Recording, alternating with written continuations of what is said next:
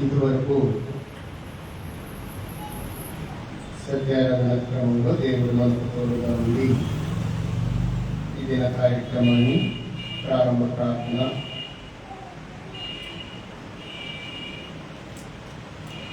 కీర్తనలు, వాక్య పఠన కార్యక్రమంలోకి మనకు తోడుగా ఉండి జరిగించాడు. ఈ సమయంలో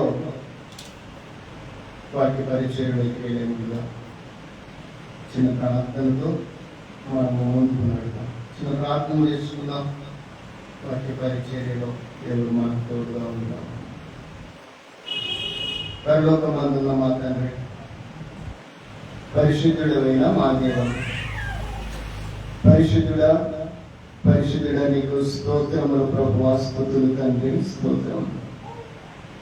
పరిశుద్ధుడవు, మహాగణుడవు, మహిమా స్వరూపుడవు, మా స్తుతులకు మా ఆరాధనకు కారణభూతుడు నీకే స్తోత్రం.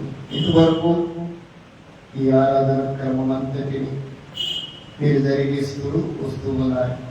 ఈ సమయం అందు ప్రభువా నీ మాటల కొరకై, ఈ దిన ఆత్మీయత కొరకై, ఈ దిన ఆత్మీయ ఆహారం కొరకై మమ్మల్ని మీరు సమకూర్చారు. మాకు కావలసిన మేము వాటిని మరొకరికి తెలియచేయగలిగిన మాటని మీరు మాకు తెలియచేయండి. మీరే మాతో మాట్లాడండి. ఇది ఆత్మీయతలో మేమందరము కూడా పాలిభాగస్తున్నట్టుగా సహాయం చేయండి. దయ చూపించండి. నీ వాక్యం కొరకై మమ్మల్ని సిద్ధపరచండి. సహాయం చేయమని దయగల తండ్రి ఆయన వాక్యాన్ని మమ్మల్ని నీ చేతికి సమర్పించుకుంటున్నాం. సహాయం చేయండి. వినగలిగిన చెవులను, గ్రహింపు కలిగిన మనస్సు మాకందరికీ దయచేయమని యేసుక్రీస్తు నామములో ప్రార్థిస్తున్నాం మా పరమ తండ్రి. ఆమేన్.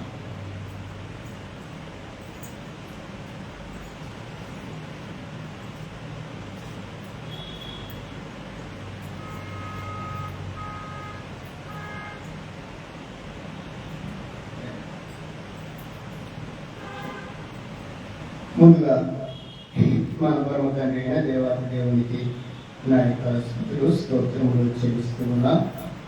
ఈరోజు కొంచెం త్వరగా ఈ కార్యక్రమాన్ని జరిగించడానికి వాతావరణ లేక ఎండల పరిస్థితులను బట్టి జరిగించుకోవడానికి ఈ సమయంలో మనం కూడవలసి వచ్చింది. ఏదేమైనప్పటికీ దేవుని యొక్క కార్యాన్ని మనం జరిగించవలసిన బాధ్యత మనందరి మీద ఉంది. ఇది చాలా ప్రాముఖ్యమైనది. ప్రతి క్రైస్తవుడు యేసు క్రీస్తు రక్తములో కడగబడిన ప్రతి ఒక్కరు, ప్రతి కుటుంబం కూడా ఆయన సన్నిధికి చేరి ఆయన ఆత్మతో సత్యముతో ఆరాధించవలసిన క్రమం. అటు క్రమాన్ని దేవుడు మనకు అందించాడు. ఈ క్రమంలో ఈ దేవుడు మనతో కలిసి ఈ క్రమంలో పాల్పంపులు పొందిన సహోదరులు శుభం గారిని ప్రత్యేకంగా ఆడిస్తూ ఉన్నా.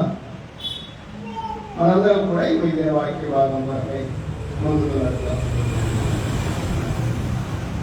సామెతల గ్రంథము 15వ అధ్యాయము 8-9 వచనాన్ని ఒకసారి చదువుతున్నాం. సామెతల గ్రంథము 15వ అధ్యాయము 8-9 వచనాన్ని మనం చదువుతున్నాం.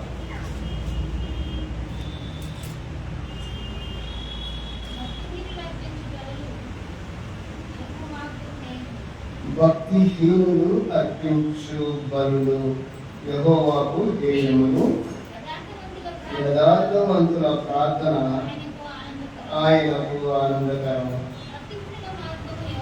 భక్తిహీనుల మార్గము యెహోవాకు హేయము, నీతిని అనుసరించు వారిని ఆయన ప్రేమించు. 10వ వచనం కూడా చదువుతాం. మార్గము విడిచిన వారికి కఠిన శిక్ష కలుగును, గద్దింపును దేశించువారు కారణము. ఈ 3 విషయాల్లో 3 వచనాల్లో 3 ప్రాముఖ్యమైన విషయాలు ఉన్నాయి. వాటిని మీకు ఉంచడానికి నేను ప్రయత్నం చేస్తాను. 8వ వచనంలో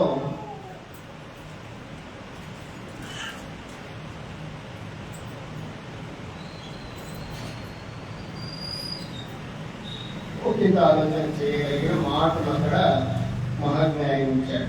బుద్ధిహీనుడు అర్పించు బలులు యెహోవాకు ప్రియుడు. బుద్ధిహీనులు కూడా బలులు అర్పిస్తారు. ఎవరికి అర్పిస్తున్నారు? బలులు? యెహోవాకు బుద్ధిహీనులు బలులు అర్పిస్తున్నారు. బుద్ధిమంతులు కూడా బలులు అర్పిస్తున్నారు. చాలా జాగ్రత్తగా ధ్యానించాలి. అసలు బుద్ధిహీనులకు అవసరం ఏముంది? ఆయన బలులు అర్పించాల్సిన అవసరం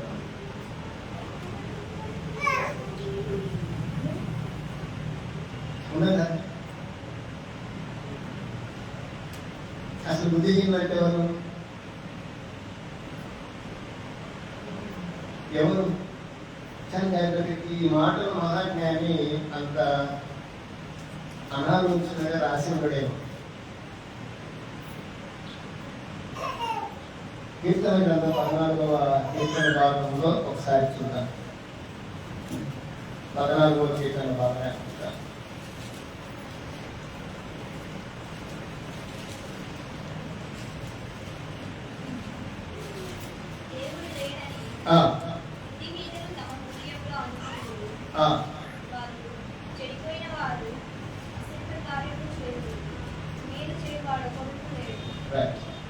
ఎవరు బుద్ధిహీనులట?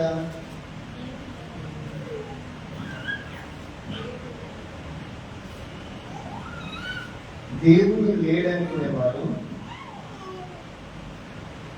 అసహ్య కార్యములు చేసేవారు, మేలు చేసేవారు, మేలు చేయుటకు యోగ్యులు కాదు. అక్కడ మేలు చేయాలన్న ఆలోచన లేనివారు.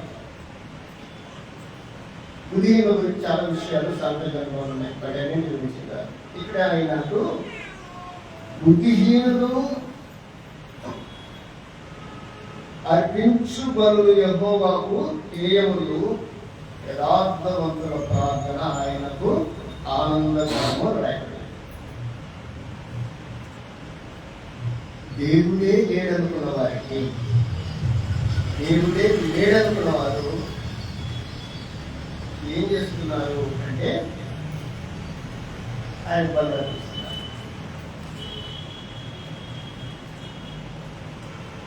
ఈ విషయాన్ని మనం పాత నిబంధన గ్రంథంలో చూడవచ్చు. చాలా విషయాలు మనకు కనబడుతూ ఉంటాయి. వారి దేవుని వెంబడించాలి ఆ రోజు, కానీ దేవునితోనే ఉన్నామంటున్నారు. ఏ విధంగా మనం దీన్ని చెప్పగలమంటే, యెహోవాను ఆనందపరిచేవారు ఆయనకు ఆరాధిస్తున్నారు, యెహోవాను ఆనందపరచని వారు కూడా ఆయనకు బలులు అర్పిస్తున్నారు.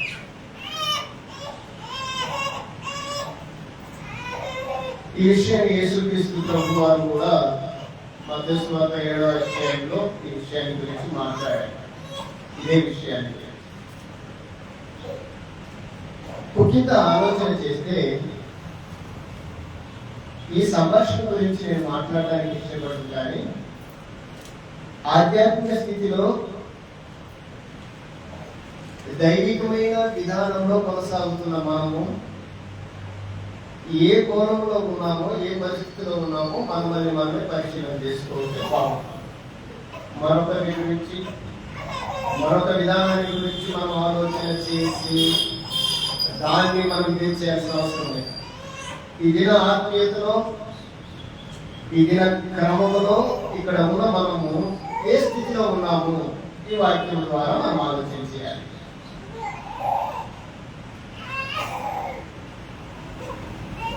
దేవుని పిల్లలే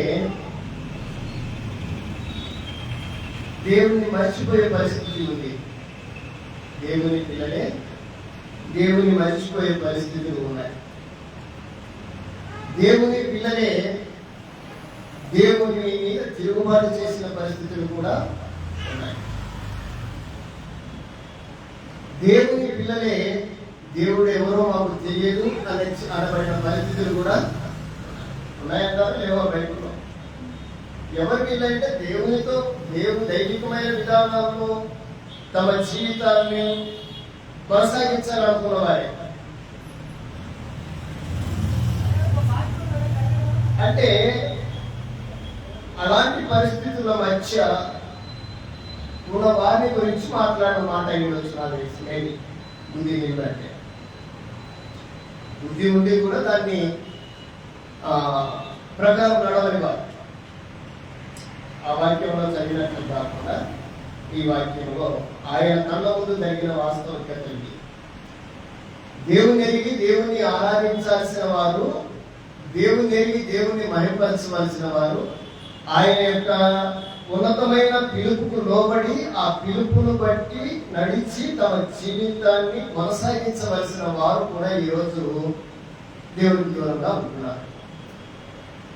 అలాంటి పరిస్థితులు ఈరోజు మనం చూస్తున్నాం. ఒకవేళ ఆ పరిస్థితులలో మనం ఉన్నామేమో ఈరోజు ఆయన అంటున్నాడు, మనం ఏ పోషానో ఏ పరిస్థితుల్లో ఉన్నామో ఆలోచించాలి. నాకు నేనుగా పరీక్షించకపోతే ఇది నా ఆరాధన అనే మాటకి అర్థం.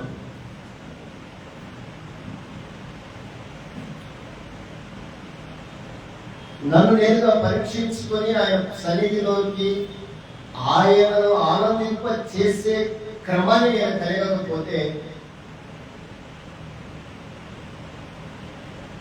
ఈ ఆరాధనకు అర్థము, మన భక్తికి అర్థము.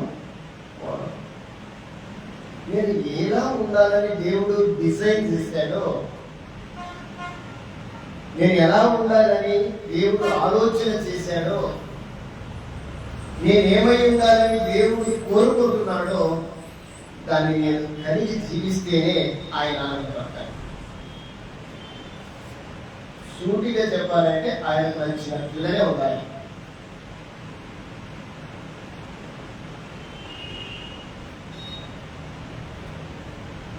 నూరవ కీర్తనలో కీర్తనకారుడు మాట్లాడుతూ ఏమంటాడంటే, నూరవ కీర్తనలో మాట రాయబడింది. మనం ఒకసారి చదువుకొని లేకపోతే చేద్దాం. కీర్తన గ్రంథము 9వ కీర్తన 2వ వచనం అనుకుంటారు. సంతోషముతో యెహోవాను సేవించుడి, ఉత్సాహగానము చేయించు, ఆయన సన్నిధికి రండి. ఇంకొక మాట, యెహోవాయే దేవుడని తెలుసుకొని ఆయనే మనలను పుట్టించెను. మనము ఆయన వారము, మనము ఆయన ప్రజలము, ఆయన మేపు గొర్రెలము. కృతజ్ఞతార్పణలు చెల్లించుచు ఆయన గుమ్మములలో ప్రవేశించుడి. ఒక్కసారి ఆలోచించండి, ఏమంటున్నాడు కీర్తనకారుడు? ఈ భూమి మీద దేవుడు అంటే నేనే. మళ్ళా మీరు మిస్యూజ్ అవుతారేమో. అలా ఇశ్రాయేలీయులని ఆయనకు కొలిమిలో నుండి ఐగుప్తు దేశాన్ని ఆయన పోలుస్తూ అపోస్తులైన లూకా గారు ఆ ఐగుప్తును పోలుస్తూ మాట్లాడిన మాట ఏంటంటే, ఆ ఇనపు కొలిమిలో నుండి అని. ఆ ఇనపు కొలిమిలో నుండి ఇశ్రాయేలీయులందరినీ కూడా తరలుకున్నట్లుగా కనాన దేశానికి చేర్చిన ఆ ప్రయాణంలో ఒకంత దూరమే ప్రయాణం చేశారు. ఎంత దూరమే అంటే ఎర్ర సముద్రాన్ని దాటారు. ఓరేగులోకి వచ్చారు. వారు నడిపించిన నాయకుడు కనిపించారు. మోషే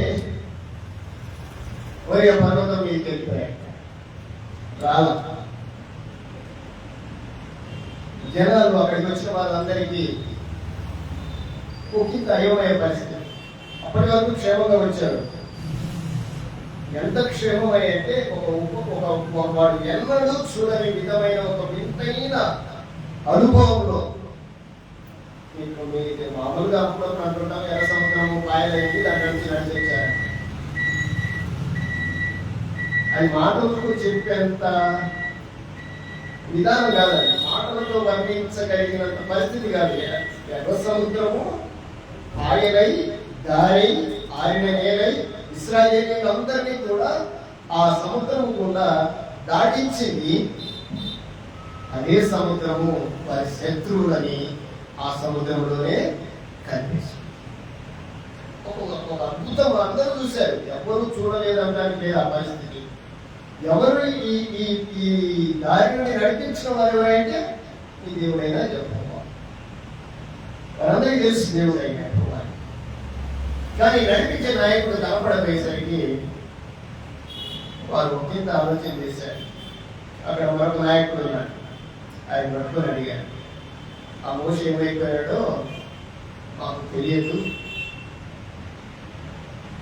ఏదో ఒకటి చేసి మనం నడిపించడానికి మనమే ఒక దేవుణ్ణి చేసుకుందామని సంఖ్యాకాండంలో మనం చూస్తాం. ఆయన నడిపించిన ప్రజలే ఏమైపోయారంటే దూరం చేశారు. విషయం అర్థం చేసుకోవడానికి నేను చెప్తున్నాను. ఆయనే మన దేవుడు, మనము ఆయన వారము, ఆయన మేము ఆయనే మనలను గుర్తించను. విషయాన్ని మర్చిపోయాం ఆ రోజు వాళ్ళు. ఈరోజు క్రైస్తవులు, ఈరోజు క్రైస్తవులు మర్చిపోయారంటానికి బలమైన కారణం ఉంది. ఆ కారణాన్ని నేను తర్వాత ముందుకు వచ్చి మాట్లాడతాను. ఆ రోజు ఇశ్రాయేలు ఎలాగో ఈరోజు క్రైస్తవులు కూడా అలాగే ఉన్నారు. పెద్ద తేడా ఏం లేదు. దేవుడు నడిపిస్తున్నాడు అంటున్నారు, కానీ వారి ఆలోచన ప్రకారమే ఉన్నారు. ఆ రోజు ఇశ్రాయేలు ఏ విధంగా అరణ్యంలో ఆయనను శోధించారు, ఏ విధంగా రోజు అరణ్యంలో ఇశ్రాయేలీయులు ఆయన మీద సరిగారు, మునిగారు, ఈరోజు కూడా అదే పరిస్థితులు ఉన్నాయన్నమాట. ఎవరు ఇదంటే ఆయన ఏర్పరచుకున్నవారు, ఆయన కోరుకున్నవారు, ఆయన ఏర్పరచుకున్నవారు, ఆయన కోరుకున్న వారే ఆయనను విడిచి మరొక వైపు చూస్తున్నారు. వారు చూస్తూ ఏం చేస్తున్నారు అంటే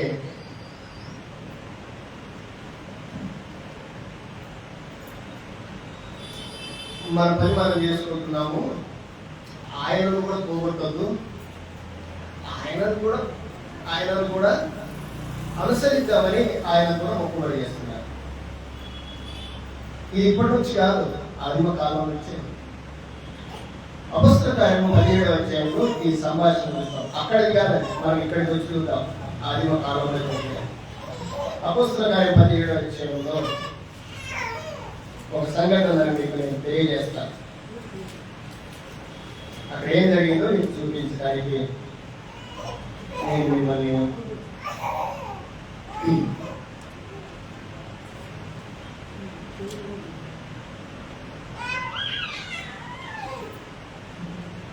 ఇరవై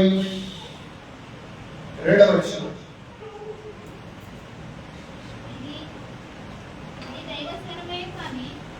పదిహేడవ అధ్యాయం 22వ వచనం. అపొస్తలుల కార్యం. పౌలు అరియోపగు మధ్య నిలిచి చెప్పినదేమనగా ఏదెన్సు వారలారా, మీరు సమస్త విషయములలో దేవతా భక్తి గలవారై బాగా వినాలి. ఎలాంటి వారంటే అతి దేవతా భక్తి గలవారని ఉన్నట్లు నాకు కనబడుతుంది. నేను సంచరించుచు మీ దేవతా ప్రతిమలను నేను చూడగా ఒక బలిపీఠము నాకు కనబడింది. దాని మీద దేవునికి తెలియబడని దేవునికి అని వ్రాయబడి అని ఉన్నది. రాయబడి ఉన్నది. కాబట్టి మీరు తెలియక దేని యందు భక్తి కలిగి ఉన్నారో దానినే నేను మీకు ప్రచురపరచుచున్నాను. ఆ రోజు పౌలు, ఆదిమ సంఘము ఈ భూమి మీద దేవుని యొక్క రాజ్య సువార్తను, రాజ్య విస్తరణ చేస్తున్న క్రమంలో పౌలుకు తారసపడ్డ ఒక ప్రత్యేకమైన సంఘటన ఏదైతే మనం ఇస్రాయేలీల దగ్గరికి వెళ్ళే వాళ్ళంతగా ఇబ్బంది పెట్టాల్సిన పని ఆ కాలం అయిపోయింది. కాబట్టి ఈ కాలంలో వచ్చి చూస్తే ఏథెన్స్ నగరం చాలా ప్రాముఖ్యమైన నగరం. ఈ స్వార్థ చేయడానికి వెళ్తే ఆ స్వార్థ చేసే క్రమంలో ఆ పట్టణాన్ని ఆయన సంచరించి చూస్తూ ఉంటే వారు సంచరిస్తూ చూస్తున్న ప్రతి స్థలంలో వారు కోరుకుంటున్న సమాజ మందిరాలు కానీ, వారు కట్టుకున్న బలిపీఠాల మీద కానీ, వారు ఏర్పరచుకుంటూ దేవుని ఆరాధించాలనుకుంటున్న వారి యొక్క స్థలాల మీద ఏమని రాయబడింది అంటే వారి దేవతల పేర్లు, వారి దేవుళ్ళ పేర్లు రాయబడ్డాయి. అంతవరకు ఓకే. మరొక చోట తెలియబడిన దేవుడు అని కూడా రాసి అది కూడా అక్కడ కూడా ఆరాధన జరిగిస్తున్నారు. వారు కోరుకున్న దేవుని పేర్లు ఉన్నాయి, వారికి తెలియని దేవుడు ఎవరో ఒకరు ఉన్నారని ఆయన పేరు కూడా రాశారు. వాళ్ళందరూ వారికి తెలిసిన దేవుడు, వాళ్ళ పేరు క్లియర్. మరొక చోట తెలియబడని దేవుడు అంటే ఇక్కడ ఒక ఆయన ఉన్నాడు, ఆ తెలియబడని దేవుడు ఎవరో మాకు తెలియదు అంటే తెలియబడని దేవునికి కూడా ఆరాధించే పరిస్థితులు ఆ రోజు ఉన్నాయి. మరి ఈరోజు ఆరాధించబడుతున్న ఆ బలిపీఠాల మీద లేక ఆ ప్రార్థన స్థలాల మీద ఈ స్తుతులు అర్పిస్తూ ఆయనను పూజిస్తూ ఆరాధిస్తున్నామన్న ఆ బలిపీఠాల మీద ఏ పేర్లు ఉన్నాయి చెప్పండి? ఏం లేవు. ఆ రోజు ఉన్నది ఈ రోజు లేదా?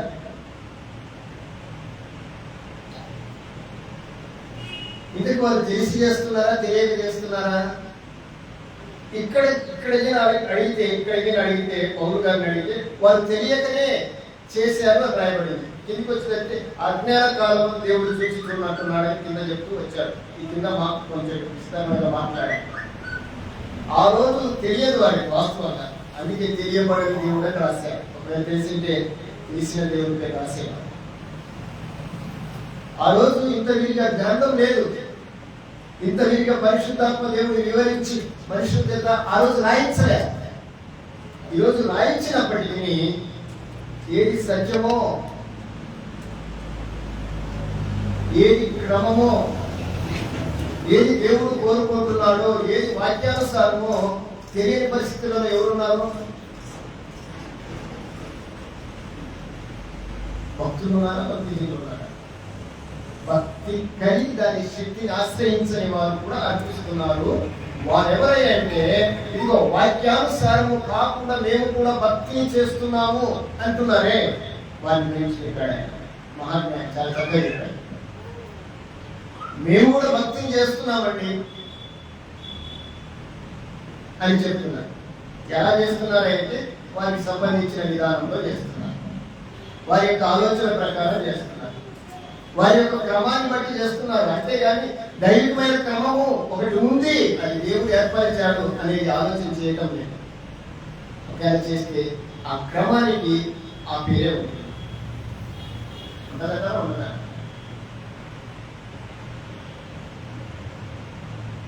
వాక్యాన్ని ఒకంత ఆలోచనాత్మకంగా పరిశీలన చేయగలిగితే ఖచ్చితంగా దాని భావం అయితే మనకు ముందు రాస్తాం. ఈరోజు దేవుని పిల్లలమని క్రైస్తవులమని చెప్పుకుంటున్న వారు కూడా ఇదిగో ఈ సత్యారాధన క్రమాన్ని చేయలేకపోవడానికి గల కారణం ఏంటో చెప్పండి. వారి యొక్క విధానాలే దానికి కారణం, వారు అనుసరిస్తున్న క్రమాలే దానికి కారణం. నేను ఈ మాట ఒకసారి చెప్తుంటే ఒక ఆయన పెద్ద ఆయన ప్రొఫెసర్ ఏదైతే నేను అందరూ దేవుడే కదా, అందరి ఆరాధనే కదా, నీళ్ళని సముద్రంలోనే కదా కలిసేదే అని ఆయన. అందరూ దేవుడు ఆయనే ఆరాధిస్తున్నారు, అందరూ ఆయనే పూజిస్తున్నారు, అందరూ ఆయనే సేవిస్తున్నారు, అందరూ ఆయనే చూసుకుంటాడు. మనమేం చేయగలం? కానీ మనమేం చేయడానికి లేదు కదా, ఆయన చూసుకుంటాడు. ఆయనే చూసుకునే వాటికి ఈ గ్రంథం మనకి చేయాల్సిన అవసరం లేదు.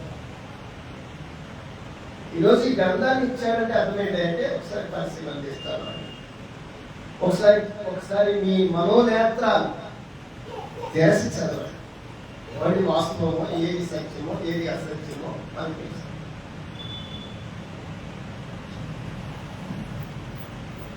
బైబిల్ పరిశీలన చేయగా బైబిల్లో ఒక 4 రకాల ఆరాధనలు కనిపించాయి.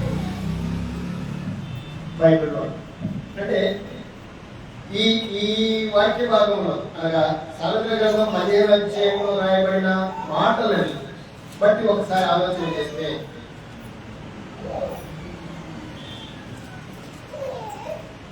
భూమి మీద జరుగుతున్న రకరకాల ఆరాధన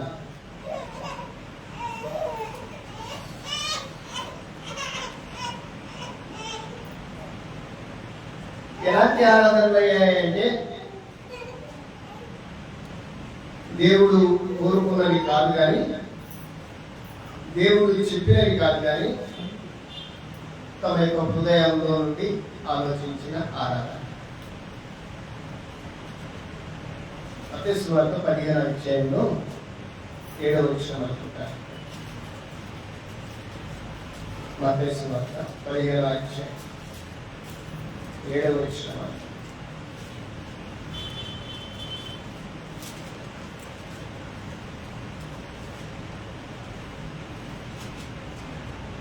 వేషధారు వారా, ఈ ప్రజలు తమ పెదవులతో నన్ను కనపరచుదురు గాని వారి హృదయము నాకు దూరముగా ఉన్నది. మనుషులు కల్పించిన పద్ధతులు దైవోపదేశములను బోధించుచు వారు నన్ను వ్యర్థంగా ఆరాధించుచున్నారు. ఎట్లా ఆరాధిస్తున్నారు? ఎవరు వీళ్ళు? ఆ రోజు యేసుక్రీస్తు ప్రభు వారు స్వయంగా అక్కడ ఉండబడిన సమాజ మందిరాల్ని, అక్కడ ఉండబడిన ఆపరేషన్ని, అక్కడ ఉండబడిన యూదులు వారి గురించి మాట్లాడారు. వారు ఎలాగ ఆరాధన చేస్తున్నారు? ఎలాంటి ఆరాధన చేస్తున్నారు? మనుషులు కల్పించిన పద్ధతులు. జాగ్రత్తగా వినాలి. వారు ఆరాధన చేస్తున్నారు. ఎలాంటి ఆరాధన చేస్తున్నారంటే దేవుడు ఆలోచించిన విధానం అయితే కాదు. దేవుడు ఆలోచించిన విధానం అయితే ప్రభువారే దాన్ని క్వశ్చన్ చేయాల్సిన అవసరము లేదు. ప్రభువారే క్వశ్చన్ చేయాల్సి వస్తే వాళ్ళని అంతలో మాట రాసిన పని లేదు. ఉంటుందంటారా? ఆయన వాళ్ళని ఏమై సంబంధించాడు?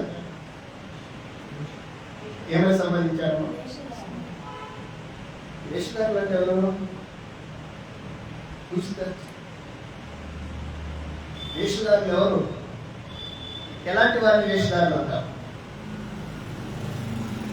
ఎలాంటి వారిని వేషధారులు అంటారు?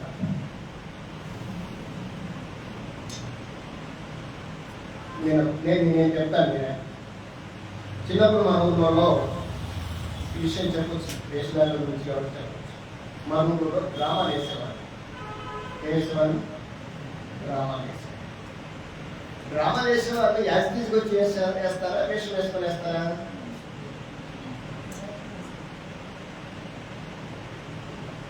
ఆయన పేరు డివి సుబ్బారావు. కానీ ఆ స్టేజ్ మీదకి వచ్చేసరికి ఆయన ఎవరు సార్? సత్యరిచ్. అతనికి ఆయన ఆ స్టేజ్ మీదకి వచ్చి ఆయన విశ్వామిత్రుడు. అంతే కదా?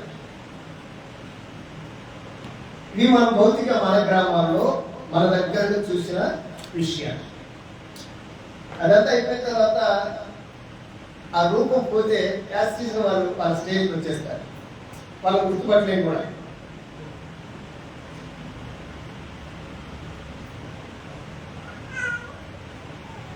ఇది భౌతికం. మరి ఆత్మీయమైన క్రమంలో